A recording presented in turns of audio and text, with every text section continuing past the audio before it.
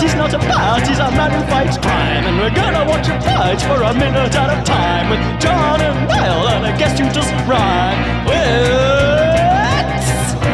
Bat Minute!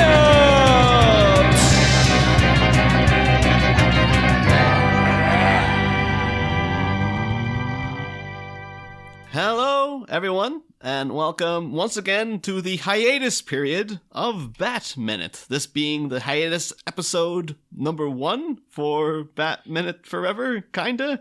Number 23, Niall. Well, that's the thing. If you look back on Bat Minute Forever, that season has 122 episodes, making this episode 123.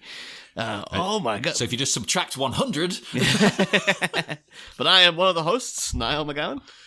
And I'm your other loser who's here to talk nonsense, John. Hey, well, I'm just going to be talking some nonsense with this thing, let me tell you. Jesus Christ. I'm going to be the biggest defender of this, and I don't even love it. But you're not the only one here defending it, John. Of course, if you look to your left or right slightly in the same room as you, you might notice that that woman who lives with you is also on the mic. Yeah. We're joined by Lal Gall. Hello. Hey, thank you for joining us, Lal. And we got coming all the way over from what's it called? The Sunshine State? Is that New Jersey? Or it's Garden State. The Garden State. Oh my God. What's the Zach Braff decided to do a movie about it, yeah. Lover of all things cryptic and cryptid, it is Dave Pallas of 5 Minutes of Mystery. Hello, good morning, good afternoon, good evening, and good night. Hey. Hey. And of course we had to have you because you are a man of mystery, and this is technically a mystery.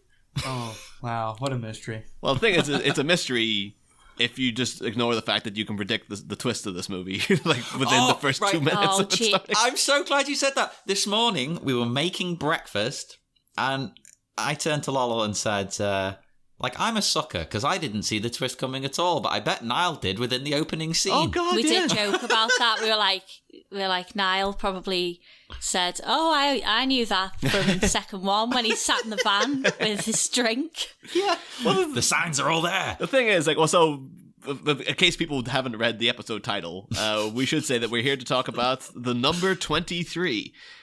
Joel Schumacher, of course, guy who made Batman Forever. Vowed never again to work with Tommy Lee Jones or Val Kilmer, but he did work again with Nicole Kidman in a movie called Trespass, which was reviewed very poorly and looks boring as all hell. And he also worked again with Jim Carrey in a movie that was very poorly reviewed.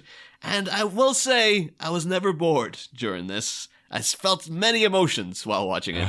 Baffled, angry, sort of confused. It's a weird movie. I mean, obviously we'll dig into it, but I was never bored. Yet I woke up and sent you a message today, didn't I, Niall, saying I don't remember half of it. It's like a lot was going on, and yet nothing was happening. Yeah.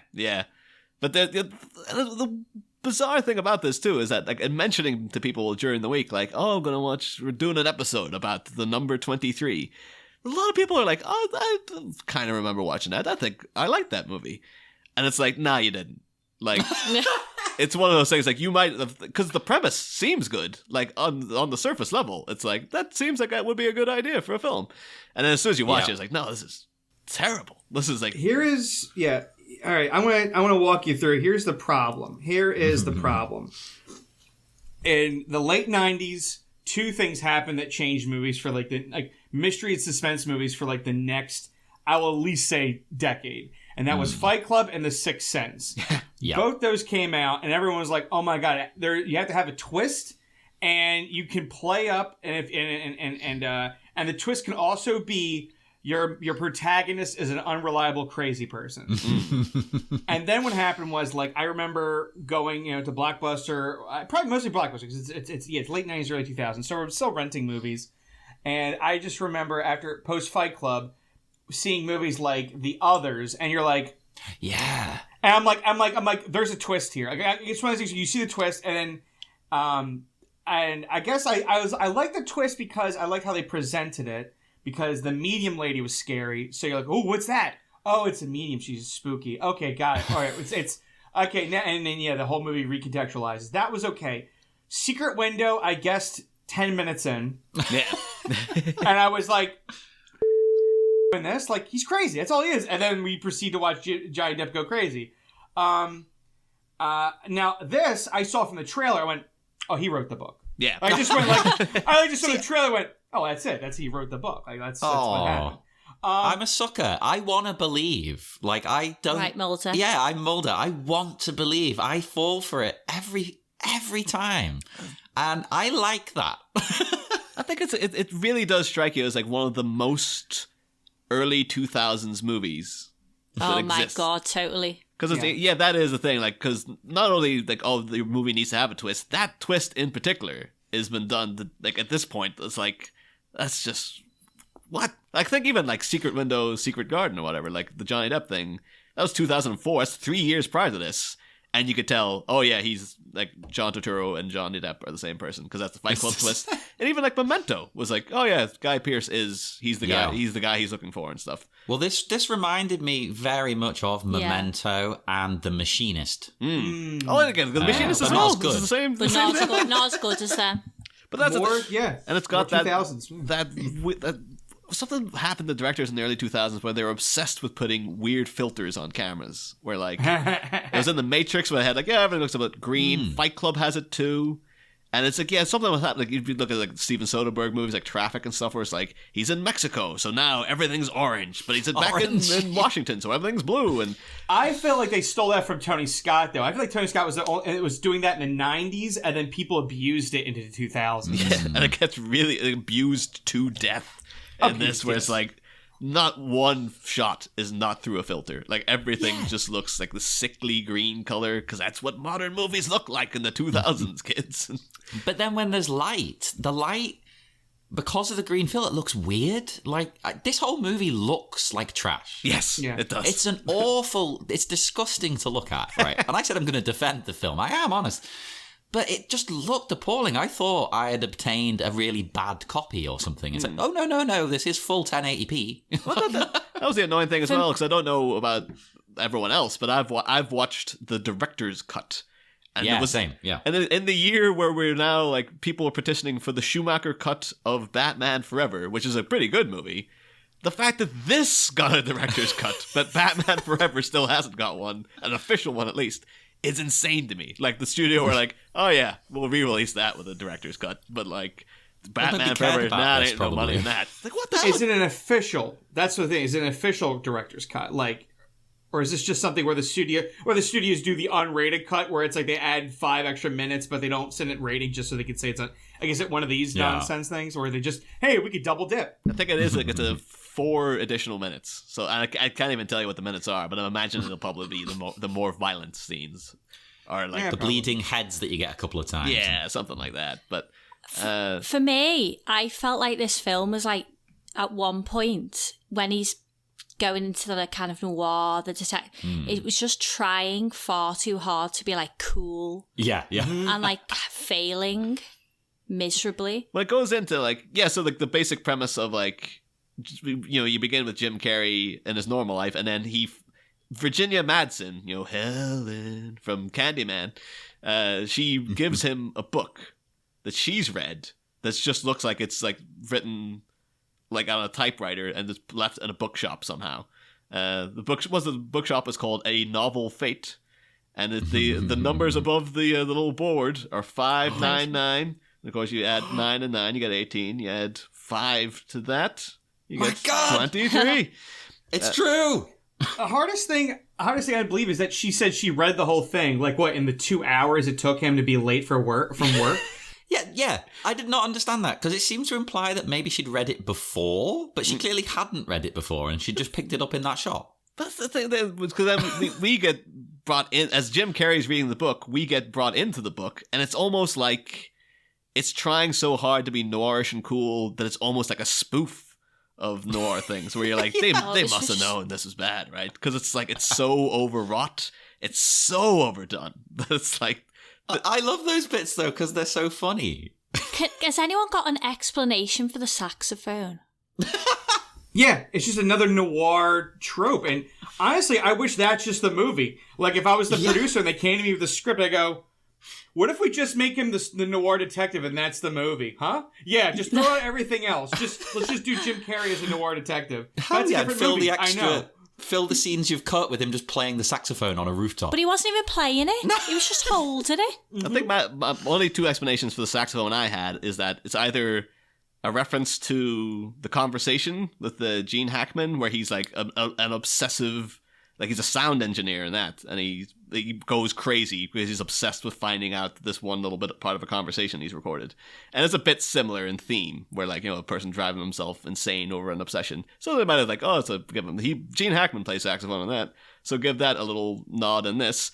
Or it's of course a reference to Tim Capello, the saxophone guy from The Lost Boys, who they wanted to have a scene of like, put Jim Carrey in front of a fire, he's got the shirt off, he's got leather pants on, he's playing that saxophone. People will love it. They loved it in the 80s. Yeah. Why wouldn't they love it now?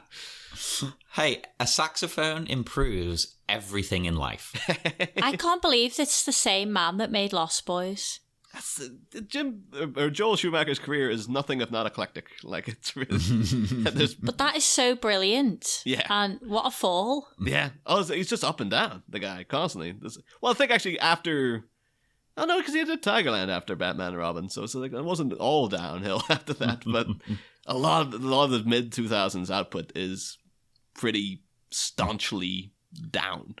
That's most movies in general from that era. It's very emo as well. There's lots of emo haircuts. Yeah, that dates the movie. That was the thing, like, watching this, like, a standard rule I think should be for Jim Carrey is, like, don't have long hair, ever. No. It never suits him.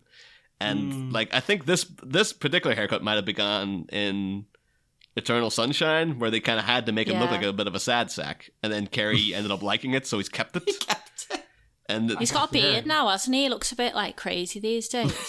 I think it's because he's in that show as well, Kidding, and he has long hair in the first season of that. And as you're watching, it's like, it makes him look so creepy when he has long hair for some reason. I was like, is that intentional? No, I know what you mean. Or does he just not know that he looks creepy with long hair? It's just there's something weird about him when he's got lanky hair, it just does not sit well with me at all. Well, as we're going to get to, though, the twist in this, he is kind of creepy. Yeah, I guess so. Kind of creepy. I think there was extra scenes of him being creepy for the trailer, because I looked at the trailer again, and I don't remember half of these things being actually in the movie. Like a lot of them are the detective pieces. So I'm like, okay, yeah, like we as the audience think he's going to turn into this, when in fact this is just a product of his imagination. But there are definitely some extra pieces where they throw in like, well, look how spooky he looks like now. Like they show more. They show more of him covered in the numbers. In the trailer, like shots of him. And I'm just like, yeah, that's actually like really not in the movie at all. Yeah. Oh, I wish that kind of thing was. That's again, as we go through here, I'm going to say it more. But I think if they leaned into the craziness more and really doubled down on him being scary, crazy, it would work better. But it's always kind of like, his wife's sort of just frustrated with him and sort of laughing at him and just like, oh, for God's sake, can you stop this now? It's like no one's really dealing with it properly either, too. Like she gave him the book, and then he's clearly becoming way too into this book.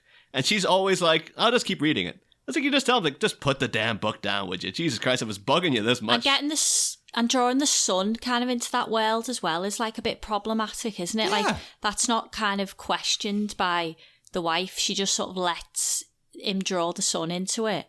And then he's starting to become kind of obsessed with it himself, which is not healthy. I was wondering as well, because the son's called Robin. And I was like, so you got like a crazy guy on this insane crusade, and now his kind of son figure is now been wrapped, like voluntarily gets wrapped up in it with him. And these two crazy guys are out pursuing this just absolute insane flight of fancy. It's like, is this a deliberate reference to Batman and Robin? Or must be. Gotta be. Of course, the son, Robin, is played by that guy who's in stuff. Ty Sheridan. No, wait, no. Lucas Till. No. Ansel Elgort. No, wait, no. He's played by Logan Lerman, was in that YA adaptation you saw like 12 years ago. And he might well have played a young version of Cyclops in X-Men. There's no way to tell. Like, Every actor from then on. He was fine in Fury, for what it's worth. He was fine in Fury. Yeah. Oh, the war movie. I still haven't watched that. I like that one. Yeah. It looked pretty good, I thought, yeah. Most because, like, you don't get tank movies a lot. So you're like, you gotta appreciate when you finally get a tank movie. You do. No, I'm 1,000% behind you with that. And I like the stories of Shia LaBeouf on set, like, just being crazy. Like, his character has, like, a wound. I think it might even be on his face. Yeah. So every day, Shia would reopen his actual, face with a knife. That's very Shia LaBeouf, though. Yeah, and like then the now. next day, slice himself open again. He's like, I want it to look real. Try and make it real. Didn't he take his teeth out as well? Yeah, he had somebody, yeah, because his character definitely looked like worn torn. All the characters, that's what it looks like. All the characters have good like makeup and like prosthetics, like where like John Bernthal's like face looks constantly soot covered because like he's like the loader of the cannon, so he constantly gets like extra like soot and gunpowder like on his body and stuff, and like Brad Pitt's character has like burn scars and stuff on it because you're like, okay, he's been through stuff. So everybody like looks worn out. So that's why like Logan looks like such this like young, was just thrown into the tank, and he's like, oh, I know what I'm doing. Well, before we go on to Fury Minute, which is coming soon. To go back to like the start of this, because again, to prove that this is a movie from the mid 2000s, it has to do that little Fight Club thing as well, where it's like, here's the beginning of the story. No, wait, I'm going to take you back further, and then you're like, yeah. So it's like I don't know what that means. Like, I actually was about to ask you, what was that whole thing about the Christmas party? Like, was it supposed to show that he's awkward around people? Like, I'm not certain what's going on. I think that was to reinforce the moral of the movie is that if a drunk coworker asks you to shag her in the bathroom, you better do it, because otherwise it's going to lead to trouble. If only he'd slept with her. Yeah, that's pretty much. It's like if he had just done it, then yeah, everything would be fine in Jim Carrey's life. Or Walter Sparrow, as his character's name is. Well, my favourite thing to do with names is going back to the bookshop, because we never actually advanced from there. So he's in the bookshop. Like, the name of the author, I did not catch the pun in the name because I I'm was stupid. angry that I didn't catch that. I was like, really? I should have known that. Because at times he's shouting, "Oh, but this book was written by Top Secrets." And it's like, yeah, Top Secrets. Like, I was like, it's right there in front of you. Did you get it? You got it? Yeah. Of course, Niall got it. We need that professor guy to spell it out for us. Also, the red herring professor guy, should we have gotten more of him, or like more of a resolution to like what was his relationship with the wife? Look, yeah, Danny Houston, when he shows up, and you're like, he must play some part in this. And then his entire role in the movie is just kind of walk in the room has been like, here I am. And you're like, yeah, why are you here? Don't know. Yeah. I'm here for some reason. I wondered that. Like, was it kind of he was carrying on with the wife, or was it sort of they did that to trigger something in him, or was it that it was kind of the future or the present mirroring the past as like a kind of echo through life, if you get what I mean? Well, it's an interesting question, because, as you say, it keeps implying that they're sleeping together, but then that doesn't go anywhere. No. Yeah. Well, maybe not sleeping together, but They like each He's other. definitely coming on to Jim Carrey's wife. But a lot. but the thing is that Jim Carrey from the bathroom scene is clearly he's obviously he's faithful to his wife. And she must be faithful to him because she moves the body, like, and she goes, I move the body, I move the bones. Oh, yeah. And you're like, wow, that's a real, I mean, like, if Lal does that for you, John, like, God bless her, because that's a big power move to incorporate yourself into a murder, moving a body. Don't tell him about the bodies, Lal. I know we live in Liverpool, but there are no bodies under the patio. That's the most obscure joke that like 5 people will understand. It's a Brookie reference. Oh my god. It's like that one plot line from like 1993 still resonates today in 2020. No, Dave has no idea what we're talking about. It's a I'll soap. allow it. It's fine. It's fine. I can't win them all. To do with names as well. I love in Top Secrets' book here. I love that he's Detective Fingerling. Oh, God. And then at one point, Jim Carrey's like, "It's such a cool name, right?" It's like, no, it's the stupidest name I've ever heard. It's like Lyle Heckendorf all over again. Well, here's the question: which is the better name, Fingerling, Edward Nygma, or Lyle Heckendorf. Oh, of the three, it's going to be Nygma. Then I'll take Heckendorf with Fingerling way bottom because Fingerling, yeah, you're either like, it sounds like I'm getting fingered, or it's a child's book, which it is. It's like, really... Mr. Fingerling. Yeah. Fingerling. That's Bear like in mind, Mr. there is a Noodle. child's book called Dogger Oh, yeah. over here. But again, that only makes sense to English people. We have to explain this to some Americans. Yeah. But, It's not the same thing. It's about a dog. But as well, the only thing I could think of was that scene in Alien Covenant. oh yeah, like I'll handle the fingering. I'll do the fingering. Yeah. Which I was there in the cinema, and I thought, when he said that, I was like, oh, that's a genuinely nice, emotional, moving line. And then everyone else started laughing. I was in this latter camp. But that's like Fassbender, like, all right, I'll save this entire damn movie. Just let me have two characters talking to each other. I'll elevate the That entire film thing is for you, Ridley. awful. It's the only good thing in the movie. So, you know the top secrets Top secret. things. We should would be remiss as well, though. You know, in many ways, I do identify with Walter Sparrow because he's trying to find everything connected to the number 23. Whereas that's our whole thing of Batman. It's just trying to find connections back to Batman. And of course, top secret. Who played Batman? When Jim Carrey was the Riddler, it was Val Kilmer. And what was one of his first movies? Top Secret. So, It's all connected. there you go. Oh my God. And the wife was in that movie Gotham with Tommy Lee Jones. I'm just getting ahead of us right now because I knew you were going to bring it up. Yeah. Also, Dave, of course, yes, Tommy Lee Jones was in Double Jeopardy, as you keep bringing up in the It's group. important. It's very important. I'd rather watch that with you. I'd rather watch that. I don't care if we have to link it to anything. Just it's a way more engaging film than actually judge. Oh God! All right, and all right. Going back to the things I also get aggravated with this movie. The dog, the spooky the graveyard keeper guy, and I love the dog. I thought it was really cute. well, I don't know what the dog like. What is the dog representing? It's like the dog knows actually the knows dog things. it's full on the Homer suggesting to Mel Gibson, "Oh, you put a dog in your movie that has shifty eyes." So no, people see, will I'll think it's defend the this. dog. This is where I come in. I'll defend this because I thought of it in much more of a symbolic sense. I thought the dog, I don't know why it's a dog, right? Well, actually, I'm going to do a theory on that. The dog represented the past. The dog represented the thing he's done. It's hounding him, literally. All right. It is not leaving him alone. It's always there. It's always there. He can't quite get a handle on it. He can't catch the dog because he can't quite remember what. There's something in the back of his mind. He does have that. When he first tries to capture the dog, he does so via telling him a racist story about Chinese people eating dogs, and you're like, "Oh, this took a turn." Yeah, lol, you said that. Yeah, you hated that. That was fair.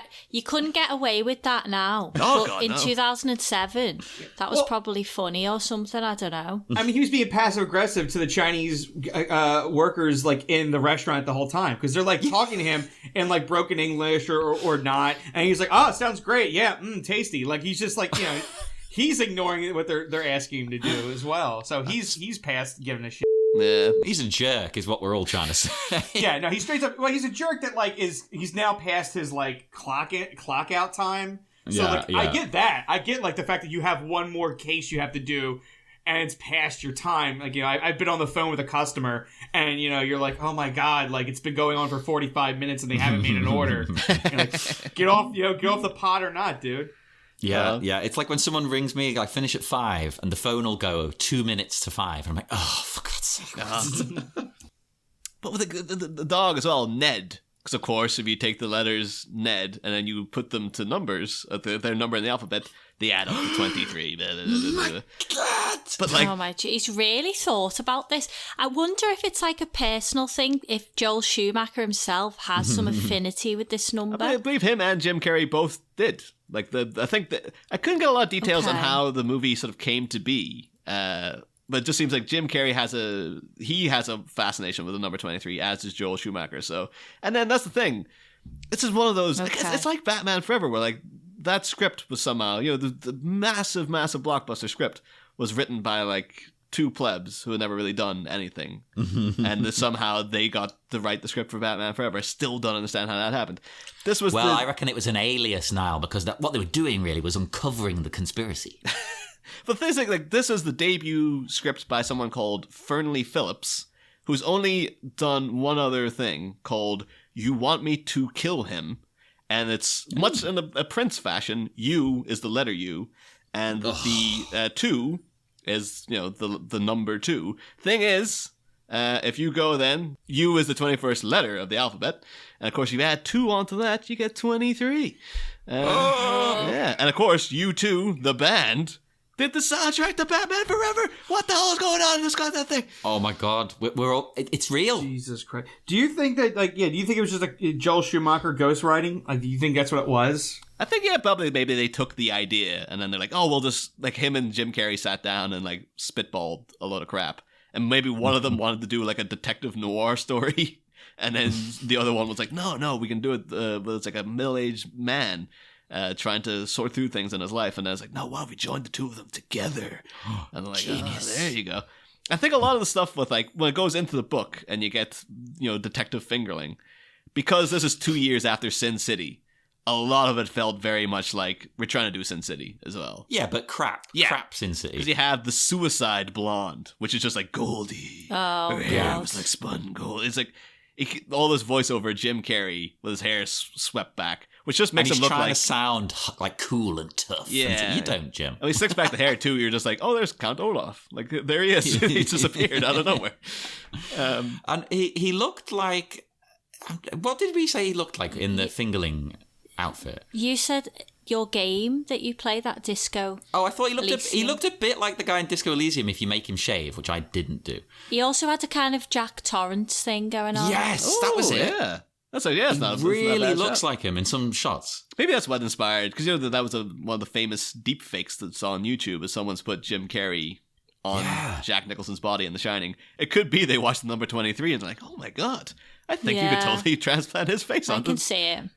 That's what I thought. Actually, he looked like Jack Nicholson mixed with the main character of The World's End. Simon Pegg's character. Oh yeah, because he wears that coat and everything. What's his name? Something Gary King. Yeah, Gary King. But the overarching thing is that Jim Carrey is not as cool as any of those. Well, here's a question actually, because I got many I thought this film overall was like a ridiculous load of crap, but. Jim Carrey, what do people make of him in it? Because this is him. He is playing it, much like we requested during the main season. A lot of if this guy could just dial it back a bit and just play this like a person rather than a cartoon, this could be a better performance. And then he is really buttoned down. He's really, really dialed it back. What did you guys think of the performance? Did you think he was good or mediocre? Oh. Mediocre. Immortan Lal has spoken there. No, I just think it's neither one thing or the other. It's kind of very one note. I think with Jim Carrey, you either need to go big or go home kind of thing. I don't know. Or be very, very... like in Eternal Sunshine or Man on the Moon. But this is kind of a bit of a nothing. Well, at the beginning, he's kind of funny. And then when he's fingerling, it's kind of stupid. So, I don't know. I'm the same. He's okay. I just have trouble ever believing what he's saying. It always sounded like he's about to make a joke or laugh. I think he wouldn't. I think he is playing it almost too safe, because we know from The Cable Guy, Jim Carrey can do creepy crazy pretty well. Yeah, that's a good film. It's so you need to amp it up ever so slightly, particularly towards the end. Because at no point do you ever feel like Virginia Madsen or anyone's in any real danger from Jim Carrey. Well, that's the problem. That nobody seems to take it seriously, in the story.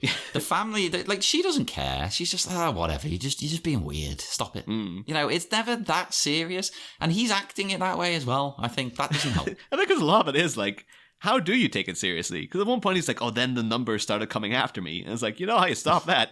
You just ignore the numbers. You just don't take on that they're there. But the thing is, now that's one of the things, because I've got a kind of numerology thing. I don't know if anyone else does, but I have a number that I see all the time. and John's sick of it. But it's not to the same degree as this. But I do see it like every single day. And you did kill those people. Well, that aside. So I think the issue is it's only interesting to you because it's your experience. It's what you're seeing. It's what you're resonating with. So certain people may have numbers that they see all the time and patterns that they see. But if you tell somebody else about that, it doesn't really make sense to them because they're not having that experience. They can't relate to it. Yeah. So I think that's one of the issues is it's very difficult to kind of get on board with it. You know, the way that to make that work is it's a different story. You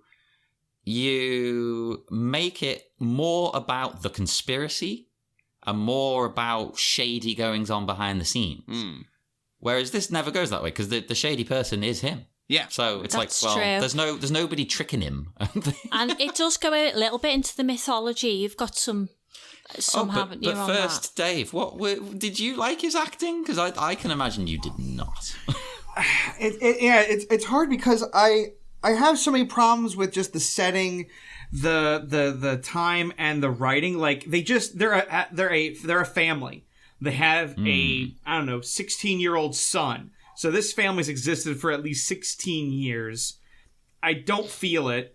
They're painting, so I don't know if they're just redoing the house for the hell of it. Because it's honestly gaudy how blood red the paint is, and it doesn't really mean anything. Yeah, I liked it.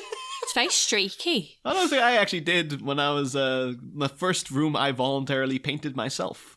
I painted it that's a very, very similar shade of red. So I was like, oh yeah, it looks pretty good. I understand the appeal of this to Virginia Madsen. I agree with you though, Lol. It was not well painted. I bet you painted it better, Niall. Trust you. You would lose that bet, Lol, unfortunately. I've still got a reputation today where I couldn't get the top corners when you have to people put down a bit of tape so you don't go on the roof, and I constantly get a little bit in the roof and then have to paint the roof white again. I just went back and forth and back and forth. I still get to this day about. Yeah, good on you for trying. I don't have the kind of balls to try it. Always worried that it'd just come out wrong. End up costing us a load. But you asked me, Lol, there about the. Did any of you look up where the whole 23 thing comes from? I looked into it a little bit. Yeah. Because I did get a quote from the magazine The Fortean Times, which I like that magazine. And basically they cite William S. Burroughs as the first person to believe in this as a sort of mystical thing. And the Fortean Times writer says, I first heard of the 23 Enigma from William S. Burroughs, author of Naked Lunch, that's a bunch of other lists, blah, blah, blah. According to Burroughs, he had known a certain Captain Clark around 1960 in Tangier, who once bragged that he had been sailing 23 years without an accident. That very day, Clark's ship had an accident that killed him and everyone else aboard. Furthermore, while Burroughs was thinking about this example of the irony of the gods, a bulletin on the radio announced the crash of an airliner in Florida. The pilot was also called Captain Clark, and the flight was Flight 23. So then he was like, oh my God. It's a strange coincidence, though. But that's what it is. It's a coincidence. Yeah. If you're looking for a coincidence and you're looking for a connection, you will find one, as our show has proven. Well, that's the world, though. That is the world we live in. There are connections. We are all connected. Everything's connected. Yeah. I think it does go people then look into it way further back in that, because apparently in the Quran was revealed to Muhammad over 23 years. Normal human sex cells have 23, each have 23 chromosomes. Other human cells have 46 chromosomes arranged in 23 pairs. You got the normal human biorhythm is 23 days. Blood circulates through the body every 23 seconds. There's loads of stuff. Get into all the stuff then that he's talking about was the Hiroshima bomb dropped at 8:15 a.m. 8 plus 15 is 23. And Die Hard with a Vengeance, of course. The train derails at Station 23. Things like that. I had a couple in the Bible. Adam and Eve had 23 daughters. Oh. Yeah. No TV back then in the Garden of Eden. They just had to do something to keep... The 23rd verse of Genesis, the first chapter there, is all about the act of creation. The 23rd verse is the end, like everything's created then. And the 23rd song by Genesis is "This Movie Is Terrible," and but not even. I think he mentioned something in the movie. Apparently, it isn't accurate. But then they seen it in the goofs because he talks about. Which one? He says like Ted Bundy was executed on January 23rd, and they're like, no, he was actually executed on January 24th, but he was executed at 7:16 a.m. And if you add 7 onto 16, you get 23. So so it was on the right track. Yeah. But for our interest too, Ted Bundy also mentioned in Batman Returns. So there you go. Where everything is connected, kinda. Yeah. Oh my god. I think one of the things that'd be more interesting is if they just I don't know. I'm still trying to get the therapist friend. Either he should have palled around with Jim Carrey more. I don't really know what this guy was. Like, what was his actual occupation at? Because he seemed like a professor, right? But he wasn't at the. He obviously wasn't at the college when Jim Carrey attended. No. So I don't. I've been more interesting if he had it, whereas he had more like he was kind of like humoring Jim Carrey and he was walking around with him. I think it would have been more interesting because you could hear both sides of it, where it's like he's being conspiratorial, and then the wife's friend, he's being like logical, and then maybe more things starting to turn towards Jim Carrey's side. Because the thing is that he did turn his doctor insane. Like that's the so like there is apparently these numbers are cursed. Like that's one of the oddest things about it. It's not just him dealing with the guilt of the murder in college and the frame. It's like his psychosis that came from his father being an accountant to the mother dying, his self-inflicted death. That affected Carrey's character, and then somehow affected his doctor. Somehow, yeah. Which is like, you're like, okay, like that starts giving weight to like, if there ever was like a sequel, you'd have to like do the Pazuzu, like expand upon that now. Oh my god, yes, please. Yes. Where it's like, who created the number 23 in mythological thing? And you had to go down that rabbit hole. So, and I was also looking at, I've not watched it. I'm debating watching it, but it's apparently very bad. It's called Dark Crimes. It came out in 2016. And it's Jim Carrey, buzzed head, but with a beard. But he's playing a European detective, and I think he's doing a bad accent. Oh, no. I think he's doing like a Polish or a Romanian, like your miscellaneous, like, Eastern European accent. I'm from Eastern European. I mean, it's not the crime. And it's like, he's the only American in the cast. Or not, he's not American, he's Canadian. But he's the only, like, Western country actor in that movie. The rest look like they're all from France going east. Oh, this sounds amazing already. I'm sold. So it looks like they got a Carrey there. He was like, hey, you want to do a detective movie? You want to act with a bunch of like, Eastern European people? He's like, okay. They're like, we loved you as Detective Fingerling in the number 23. And that's the thing is that like, Fingerling and this whole thing is gaudy and noir, but it's like, it honestly, if that was its own movie, I would look at it the same way I look at the Ghost Rider movies with Nick Cage, where it's like he's leaned into it. It's crazy, and like the second one I find is hilariously fun. Like I've only seen it maybe twice, but like you had like Idris Elba as this like drunk priest. You had what's his face, the Highlander guys in it. I think as a crazy priest as well. Everything's just goofy and out there. So you're fine with it. So yeah, this makes it feel more, more crazy because his main character seems decently reserved.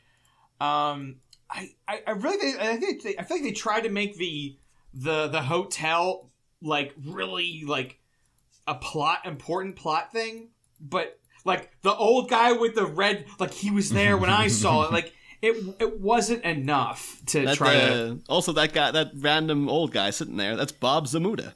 Of course, Andy Kaufman's friend, who we mentioned, apparently he's in Batman Forever somewhere.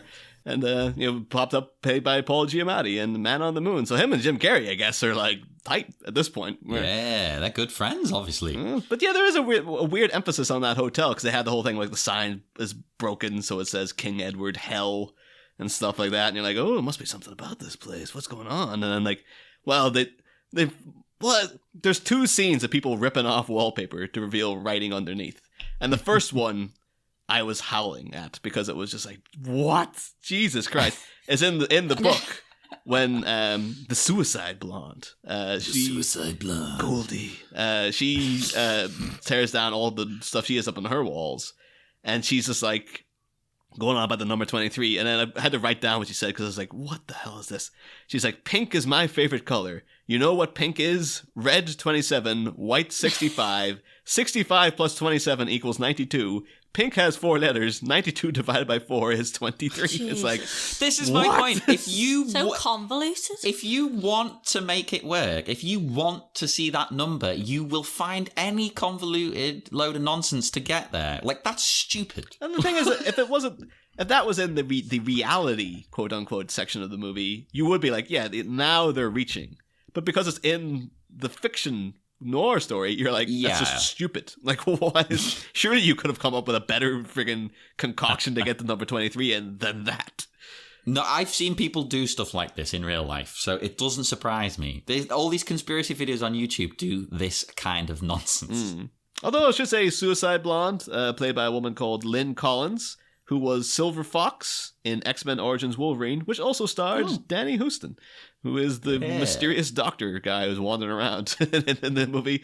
Also, she was in John Carter of Mars, 51st Dates, 13 Going on 30, and some detective show that I won't bring up in front of Dave because I don't want to get into it right now. So now you mentioned John Carter of Mars there, and people always say, in a way, that's a great candidate to remake. Yeah. Because it's apparently very good, the story and the things that they can do with it and whatnot. And I actually think this is another candidate. Because I think there's good threads in this movie. I like conspiracies, I like mysteries, I like strange coincidences that aren't coincidences. But the problem is none of it ties together.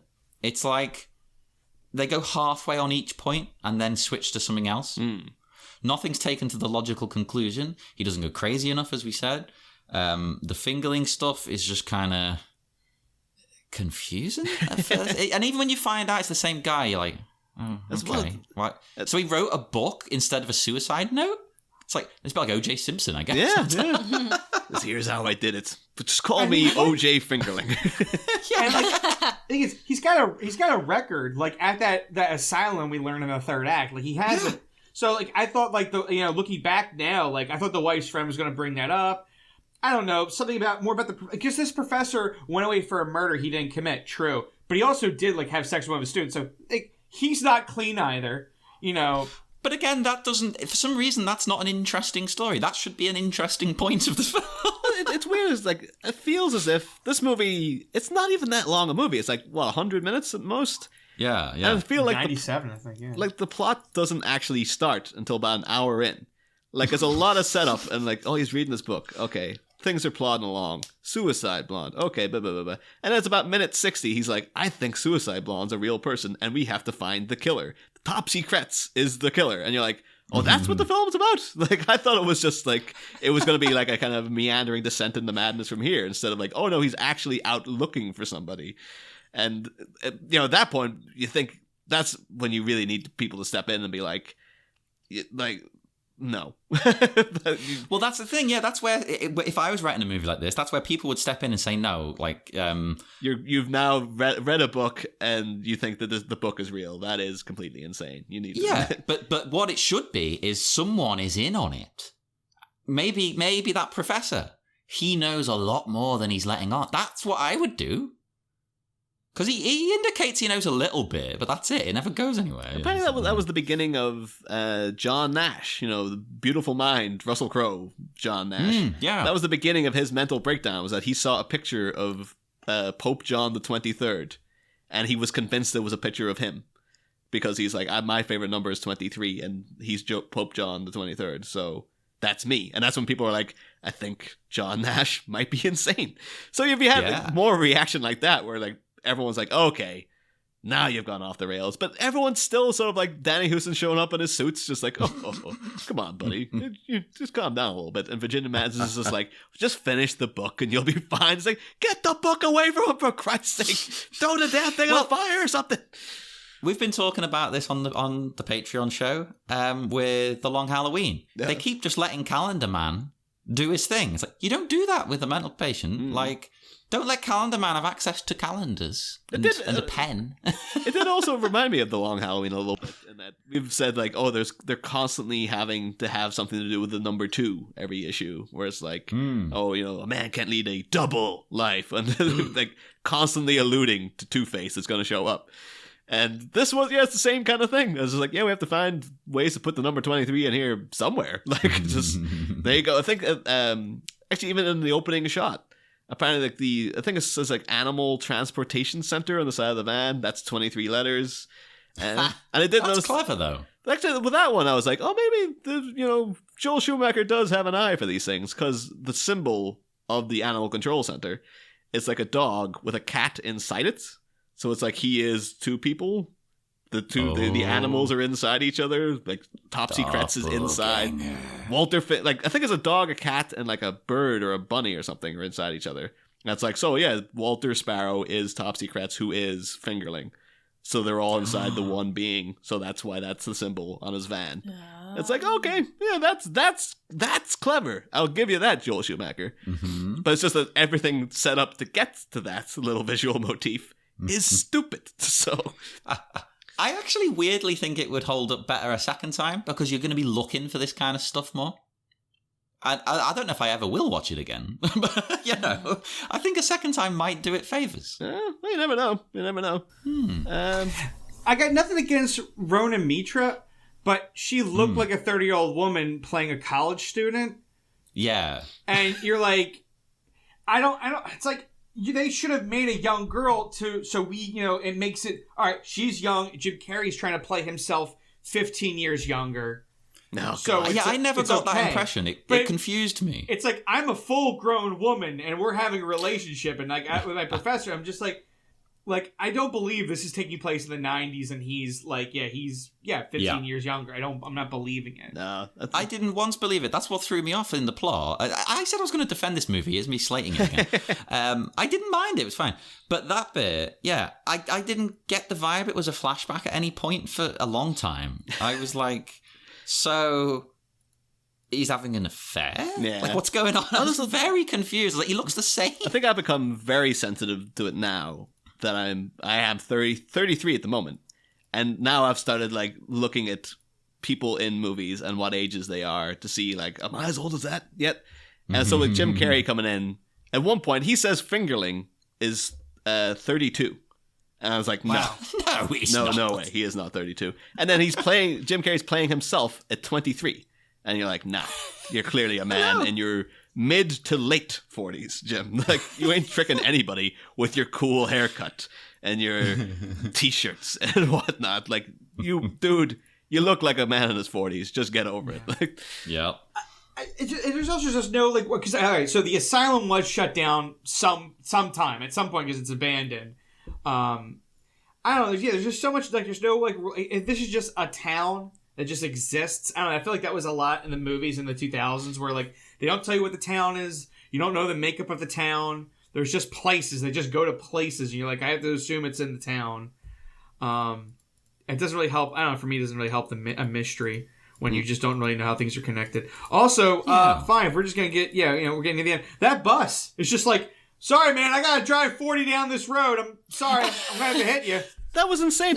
What's the explanation for that? Is that less like the bus was possessed by the number 23? Why didn't it stop? Why was it just like, it had about 10 minutes to slow down and just like, but it was like, no, I have to think of Austin Powers with the steamroller thing. It would have been something like if it showed you on the bus some connections that added up to 23, where it's like someone has a can and it rolls out under the brakes of the bus or something, and on the can is the number 23 is written or something. That would be fun. Yeah, that'd be great. And it would also be like, oh, it's also kind of, is that pure coincidence? Or maybe there is something to this mystical number 23 business. Well, it did, from him doing like his his research into it. He discovered kind of what he'd done in the past, didn't he? So he got obsessed with it again, and that helped to uncover the crime he committed that he'd forgotten he'd done. So there was a sort of mysticism to it in a way, because it's helped him to unveil something he's forgotten, like this horrific thing he's done from his past. Yeah. Well, that I'm assuming that people have listened to this, who are listening to this, may have watched the movie. If you're not, the twist is in the end that Jim Carrey is in fact Top Secrets, and he wrote the book as a confession to a woman he killed, and then he tried to commit suicide, but he just gave himself amnesia. And you love an amnesia plot now. Yeah, well, this one at least though, I didn't know it was an amnesia plot line until the end, so I was like, okay, all right, I'll give you that one. But yeah, and to do the proper, like, he's got all this stuff written on the walls again in the hotel room, which is just like no beer, no TV, make Homer or something. Like it's really, you can't do that anymore, because it's been made a very famous joke now, so you can't put that in your movie dead seriously anymore. But yeah, and so the aftermath of that is like you find out that Jim Carrey is a 23-year-old college student, I guess. Yeah, I guess. Yeah, he was hooked up with Rona Mitra, and she was just kind of like, the scenes with them together are awful. Where like she likes it kinky, and she's like, "Oh, pretend you've got a knife," and he's like, I've got a knife. It's just I was not prepared for the sex in this film, I'll be honest. It was very kind of kinky. It was quite an erotic movie. It was quite sexy. Oh, it's Joel Schumacher. So, yeah. There you go. It's like this guy, 8mm Batman and Robin. It's like everything he does has got like, some layer of sex in it there somewhere. There wasn't enough butt. That's my only complaint. That's the thing, yeah. We know Joel Schumacher loves the butt. Yeah. Maybe he was just like on best behavior. This movie's like, all right. And then this next movie was just Butt Man. And it just like, I never got an official release of that one. Well, he was only on his best behavior when it comes to the butts, because, I mean, there was a lot of sex. Yeah. Honestly, the only people who actually like didn't have sex was Jim Carrey and his wife. Yeah, that's a good point. Like, they had very bland lie-in-bed wife couple, and at no point has he ever felt like he needed to, like, rediscover himself, and, like, at no point did he ever be like, let's have fun tonight or anything, or let's get a little more frisky. At no point, he's just very sad in bed, he wakes up, she's bloody. Like, I was thinking, like, there could have been a thing where maybe they had sex, and she mentions how he's a little bit more rough than he usually is, but she's like, oh, I'm okay with it, because he's trying to reignite their marriage, because I don't know if their marriage is bland or not. Like, I don't know with the house painting and stuff, like if they're trying to spice things up. So if they did something like that, and then he imagines he's stabbing her, and then he looks down and it's like, oh no, we're both like lying down post-coital, we're okay, you know? I think that would be better, like Fingerling coming through. Yeah. And then I guess because of our ending, I feel like this movie then I can slightly compare this movie to two other films, Shutter Island and The Cabinet of Dr. Caligari. Oh, well, there goes another movie. The Shutter Island. The twist at the end is, he is the guy. Like it's. Now that, I love that movie. Now Shutter Island. I wasn't a big fan of. Because I felt this coming, and then when Ben Kingsley's saying it, you know, I mean, I do like lines where she looks like she vanished straight through the walls. I love that line. But there's stuff where it's like, we're getting near the end. It's you, DiCaprio, you did it. I was like, I figured this out a long time ago. It wasn't until the last line of the film that, like, I liked it. It was just like, he knows it now. What's he gonna do? Yeah, I will take the lobotomy. Like, I can't live with it now. I'd rather just kill my memory. And then when he says that, and who was his partner? It's Hulk guy, Mark Ruffy. Ruffalo. And then Ruff's like, wait, what? Like, he says it like, wait, what? Like he knows this guy's cognizant and is voluntarily walking up to get his brain scrambled. That's when I was like, now I like the movie. Didn't like it to the last thing. It recontextualizes. He now knows he's sane, and he goes, he just pretty much puts his hand up, being like, I'll take the brain scramble. So I liked it. Now, Caligari, on the other hand, this cuts back to 2009, 2010. I'm in college, first time watching it. And I'm liking the film. I'm like, wow, it's very artistic. If you haven't seen it, it's 100-some-odd-year-old film. Very. I actually haven't. Everyone I know has, except for Lal. Well, now I feel bad because I need to spoil it, and I don't want to do that. Okay, fine. Maybe I'll save you from the reaction I had because my professor had to explain it afterwards. So I get to the end, and he's like, that Caligari. He sent that monster. He killed my girlfriend. I gotta this guy. He's going on this quest. And you find out the scene in the beginning where he's explaining to a guy on a park bench, this is what happened. Life over. Then it cuts to last summer at the fair, his monster came out of the cabin and killed my girlfriend. So at the end, he's about to kill Caligari, we then flash forward or flash whatever back to he's talking to the guy. They're now in a building, and he's like, there he is. And there's a room full of just patients everywhere. And he runs out, I'll kill you, Dr. Caligari. And Caligari, and a bunch of orderlies grab him, hold him down. And Caligari's like, oh, I see. He sees me as the enemy of his psychic. I can now save him. And the movie ends.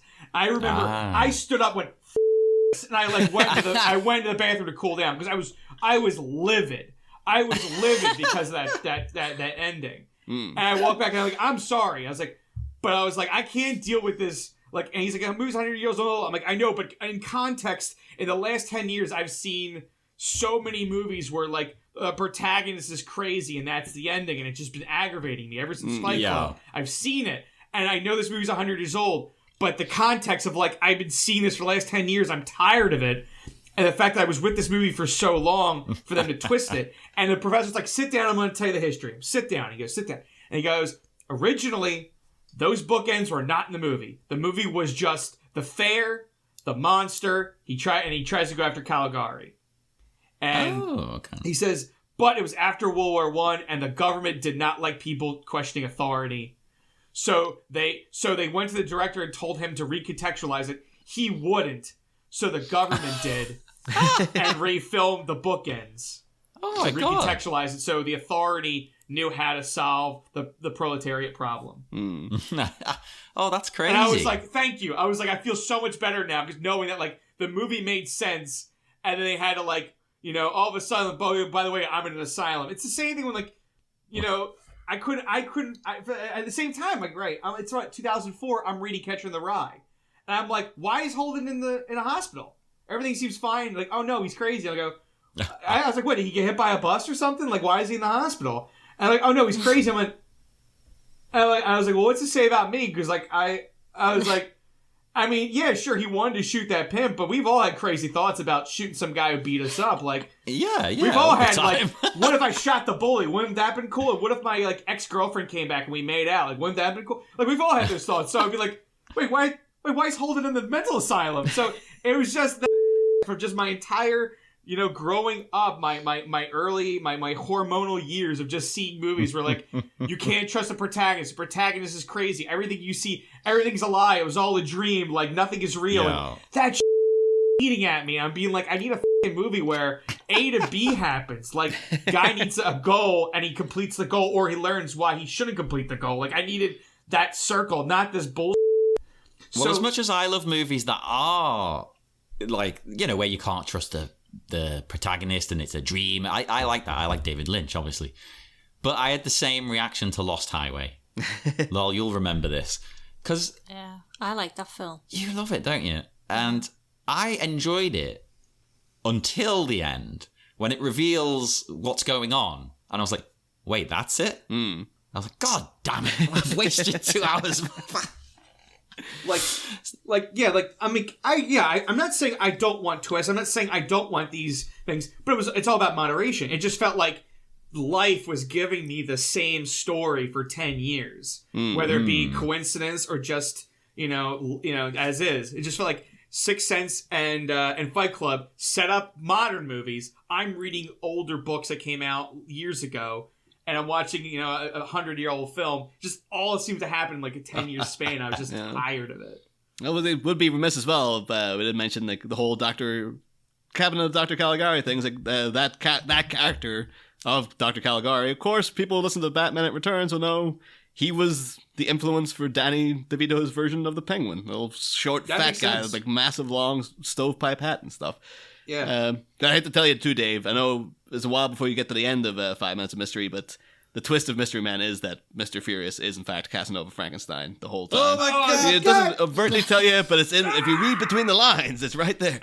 It's right there, baby. No. You've been missing it all along. It's so obvious. But I'm okay with I am okay with this ending where he's like, I'm sane and I deserve to now that I know so I'm okay with that. Not okay with the groundskeeper looking weird. Not okay with that. Like, what's this guy's deal? It's like, do you want a spin-off? Do you want him and Ned the dog have a spin-off? Is that what it is? Like, Yeah. I didn't get anything with like I was so certain because the another recurring bit before the reveal of the Jim Carrey's killed this woman is that Ned the dog keeps going back to this grave, which is for Laura. This is the character who's played by Rona Mitra, and like a priest shows up at one point and it's just, it gives a little bit of exposition, and then you get this guy, the groundskeeper Barnaby, and he's just silent, and he's got the dog next to him and something creepy going on with him, and it's like is he like the dog's familiar? What's going on with Barnaby? Never brought up again. Like he just never appears. If he was in a flashback of the asylum that like he and Jim Carrey were in the same ward or something, are they both under the same doctor? I'd feel like it'd feel better when it's like, okay, he's not all there, and clearly since the asylum shut down, he needs guidance. The priest is now giving him guidance. I would be like, okay, like that checks out. He's not all there, but he's given a task, and he works with the dog and the priest, and maybe his eyes are because he might not remember why, but he recognizes Jim Carrey's face. Yeah, and everything would roll a lot better. Hell, if you even had Barnaby kind of like give a slight smile at the end of being like he feels that like something was completed, I would be like, I don't need a whole character arc, but I need just you just had people that were just there to like make you suspicious. Like I said, the wife's husband or the wife's friend. Yeah. He's just there to make you suspicious. He's not like, he doesn't give any real outside of the first conversation he has in the office. He doesn't really, give any good exposition. No, nobody does. That is a problem with it. That's why I want to remake it Yeah. personally. Here's the question though: who left the book in the bookstore for Virginia Madsen? Was it because at one point they do come across who they think is top secrets, the doctor in the asylum. Did anyone recognize who that was? I know, Lal, you'll be like, that's Harold from Harold and Maude. This Bud. Oh, whoa! Bud Cort. Oh my God! Did not Is age it? well. That man, Bud Cort. Oh my god! Holy crap! I would never have thought. Oh, I'll yeah. have to look at him again. Oh, like the 90s hit that man like a ton of bricks. Like he just does not look anything like he looked in the 70s. Is he still alive? I think he's still going. Yeah. But he's of course. We did bring up because Bud Cort's also in Brewster Cloud, which we mentioned in one of the last episodes of the main season. But I didn't mention that he did a voice in the Batman animated series. He's in the Cape and the Cowl conspiracy, which is one of my favorite episodes. So there you go. There's a little Batman connection there. But so did he? Yeah, what was the point of his character? Like, again, when he said you should be dead, that confused me a bit. Yeah, he's just like a red herring, that guy. He's just... There's lots of red You know, herrings. it should have been like something supernatural had happened to him with it, but it didn't really go into it. It's just like, you should be dead, and then he killed himself. And it was like, what's that all about? It keeps teasing that there's actually more going on. Like, with stuff like that. Like, oh, maybe there is something weird with this number. And then it's like, no. So with him, though, it's like, did Jim Carrey put the book in the bookstore? Did Bud Cort? I think so. Did Barnaby put the book in? Who put the book there? Like... Because it doesn't look like it's a published book. It looks like it's just something he's typed it out and then put it in a crappy old cover. It doesn't seem like it's. I have no idea how that the number 23 itself the book crawl its way up the goddamn shelf. I wondered whether the wife put it there because she gave it to him. Because did she know he'd killed someone? Because she moved the skeleton and stuff. So it was like, well. Yeah, did she know about it? And it was a way of her, a bit like Ben Horn when he loses his mind in Twin Peaks, like he has to play it out. Maybe that's why she keeps saying to read the book. Yeah, maybe she knew, and he had to, discover it again for himself to get that kind of. But the easiest thing to do if you're closure. trying to get your husband to admit to just turn him in. You don't Well, he need does to go. turn himself in, and I think that's the point of it. But he might kill again in the meantime. It's unlikely. I don't think he knows She's- what's going on. Yeah, does he? she's super ride or die with him. Like, Yeah. he points a knife at her and stuff, and she, she's laying it all out. So I feel like when he's out of this prison, she'll be there for him. But yeah, I think we could have had a little bit more perspective from her. Like, maybe she heard him one night tossing and turning, or do another coitus thing where it's like they were having coitus, and he called out Laura, and she was paranoid. But then she like, maybe, and then somehow she found out about, like, there was a woman named Laura murdered, and, like, maybe, like, I don't know, something where it's just like it gave her, because the wife just felt just weird. Like, I was just like, what is the goal of this wife? Like she knows her husband's, when the movie starts, she knows her husband's a dork, pretty much. Like, he has no social life. He doesn't like his work. And he doesn't seem to have a real opinion of anything, like outside of the painting of the wall. He has no passion in life. So it's like it really does feel like, again, to bring up like Shutter Island, like Ben Kingsley's character in that is, he knows everything that's going on with DiCaprio from the beginning, and he's just like, yes, he has to act out this fantasy to see if he can finally get to the end of it. If it turned out Danny Houston was Jim Carrey's psychiatrist instead of Bud Cort, and Virginia Madsen was his wife, and she's like, the two of them are, the reason they're hanging out and they seem close is because, yes, we're both watching him play out this fantasy or whatever, so he can finally realize, oh, I am Fingerling, I killed Laura Tollins or whatever her name is. Also, have to ask, is the name Fingerling supposed to be like lingering? Because it's a lingering memory for him that he can't quite get at? Oh, is that what they did there? I guess, yeah.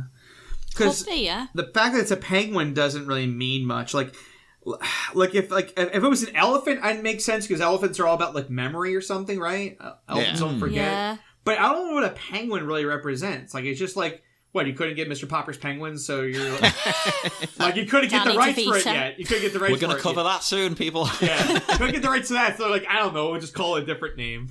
But I didn't get the name Walter Sparrow either, because everything feels like it has to mean something in this. No one's just called something for, like, that's even like a son been called Robin. It's like, it must be a reference to Batman and Robin, maybe, or hang on. So his son's Robin Sparrow. Yeah.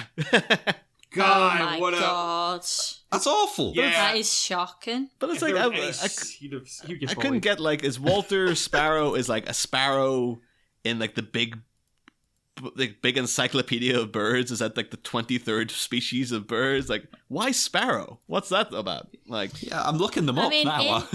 I've just looked it up here in mythology, and it says, in ancient Greek mythology, sparrows were considered a symbol of love. Oh. The sparrow was the sacred bird of Aphrodite, the goddess of love, and symbolised true love and spiritual connection, not just lust. Contrary to this, sparrows are often regarded as one of the most lustful and sexually active birds in the world. Well. There was a lot of sex, as we saw. And he was someone who... He loved that woman, didn't he, as well? I mean, he loved his wife, and he loved...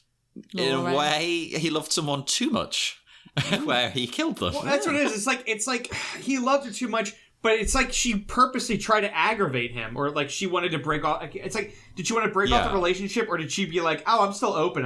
Maybe if I want to bang my professor, like, But well, they're not broken up by that point. That was what another thing that wasn't clear. I thought maybe she was having an affair with the professor, but you, John, well, the synopsis here on Wikipedia suggests that they were broken up for a long time at that point. I don't know. Like, the movie was vague. It's very ambivalent, isn't it? But he's clearly jealous enough to kill her. Yeah. Yeah, it is one of those ones. I wouldn't be surprised if someone wanted to cover the number 23 as a Movies by Minutes just to try to make out what the hell is even going on in it. Because what if we did it 23 minutes at a time? No. I'm not trying to defend I'm not trying to defend the movie or the character, but it's like, okay, he's a college student who has a history of mental scarring from, like, abandonment of his parents. So I can understand, like, an abandonment of a loved one during your formative college years. Okay, yeah, it could definitely open up some wounds. But so those flashbacks didn't help. Fingerling flashbacks are essentially just once you're done the movie, you wipe them because they don't really mean anything anymore. Yeah. They're just a subconscious trying to tell him something. It's screaming to be cool as well. Like, in fact, he's got all the tribal tattoos and stuff. It's like, oh my god, those boy. tattoos. They dated the film so much. Yes. It really reminded me of like when I worked part-time at a bank when I was a student, and there was a guy there who was a proper douchebag, and I remember him showing me, he always used to flirt with me, but it was really inappropriate because he was a lot older than me as well, and he kind of like showed me his new sick tattoo. Oh, hey, check this out. And it was like it was a barbed fucking thing, and it just really, really dates this movie, I think. Yeah. Oh my god, they are tattoos you do not see now, and in fact, most people try and get them covered. oh yeah.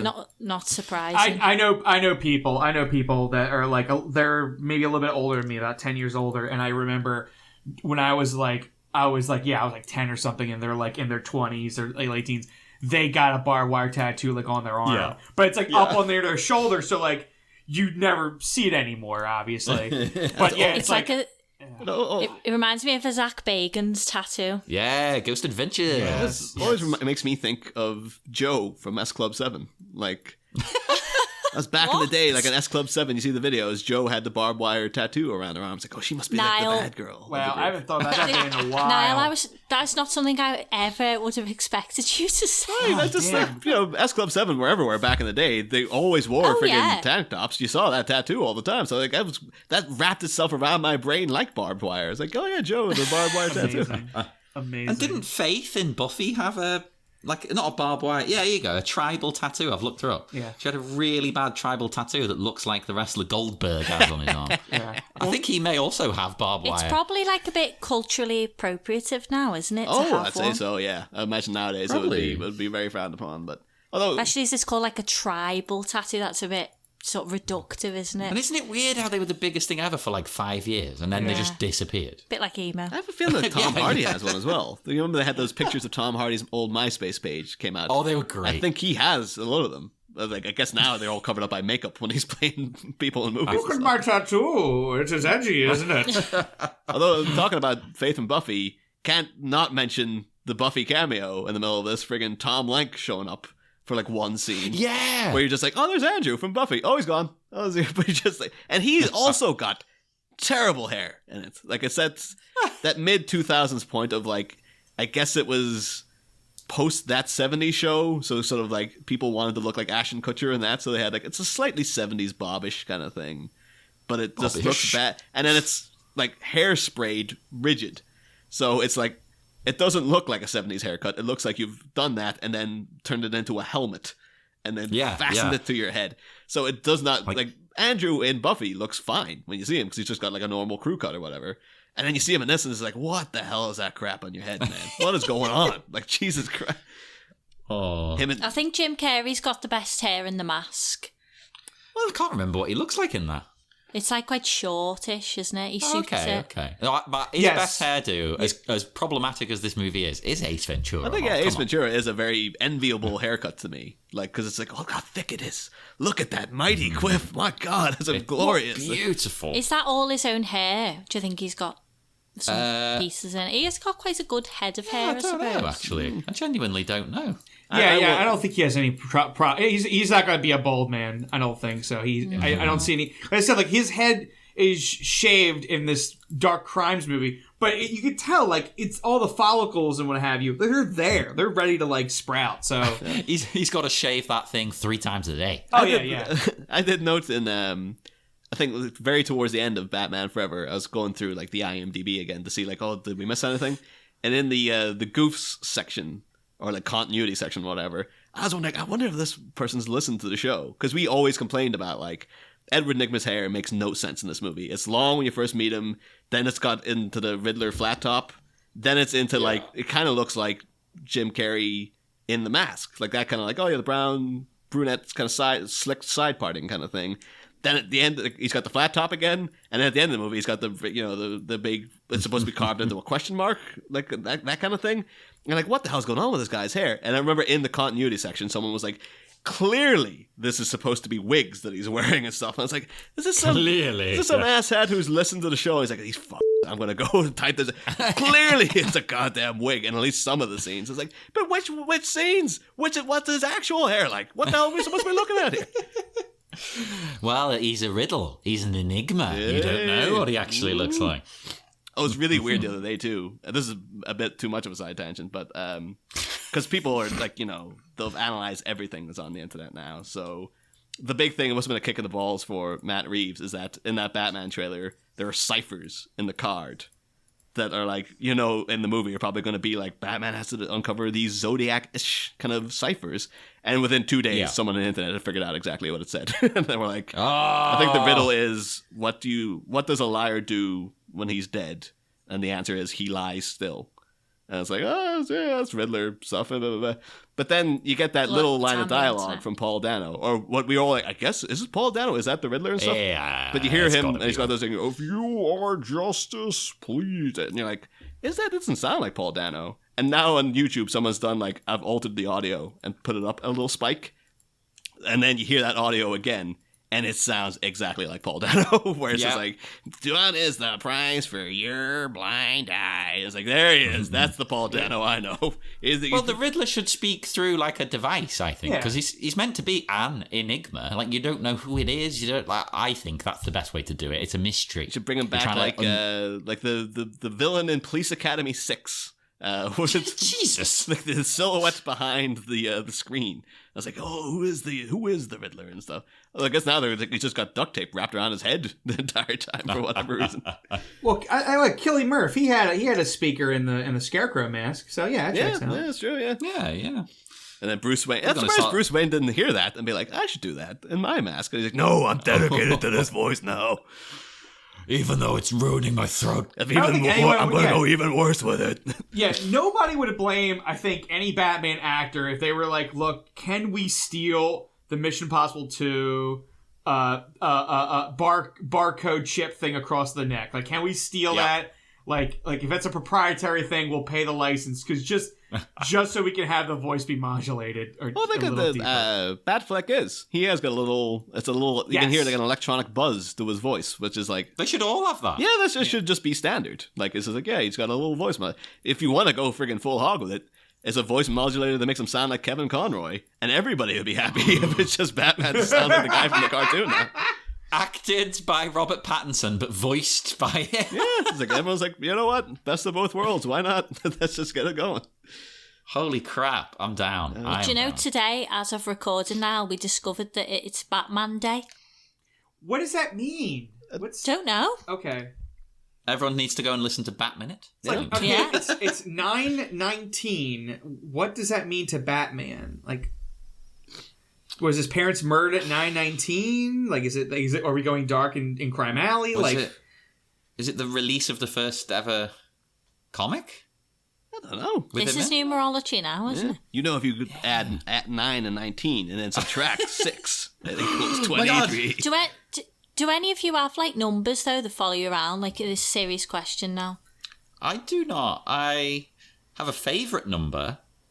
And that's about it. And I also have a weird thing with the television volume, where it has to be an even number or rounded up in fives. Like, so it can be an odd number if it's like ending in a 5 or something. It's because you're OCD. But like, for instance, you couldn't put the volume on 23.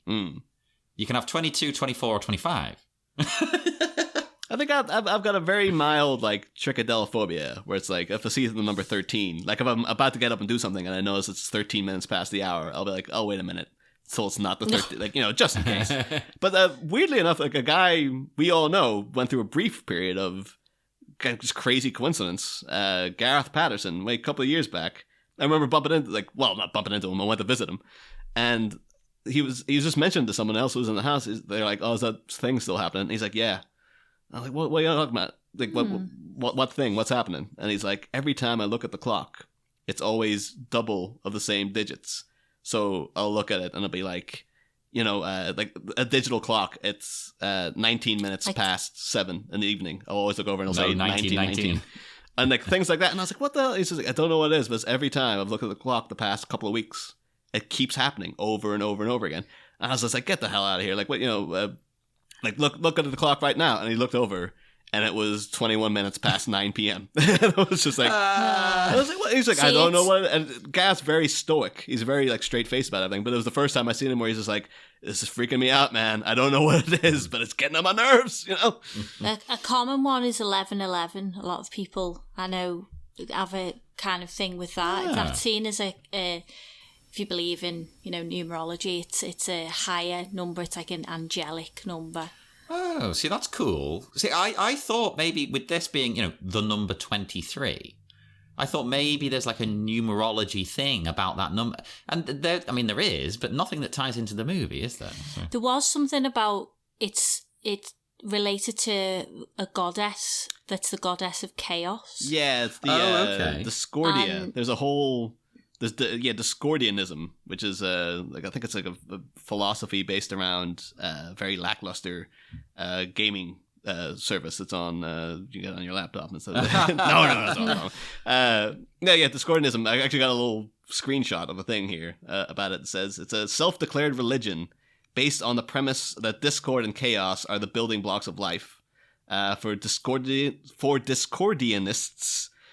23 is the holy number and a tribute to the goddess Eris, who surveys a world of chaos. The mantra invoked by Discordianists for the holy number is invert the pyramid. If you invert the sentence one letter at a time, e.g., dinvert the pyramid, invert the pyramid, and things like that, it takes 22 chants, finished by the line, the pyramid inverts, to make 23. Oh. And the last line is the final energy releaser. Discordianism is described by some followers as a joke disguised as a religion, disguised as a joke.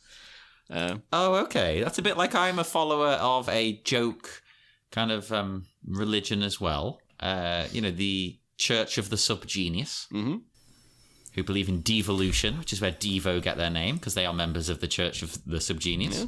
I was a big fan of the Super Mario Brothers movie as well, with all the devolution stuff going through that as well. And they predict the end of the world every single year.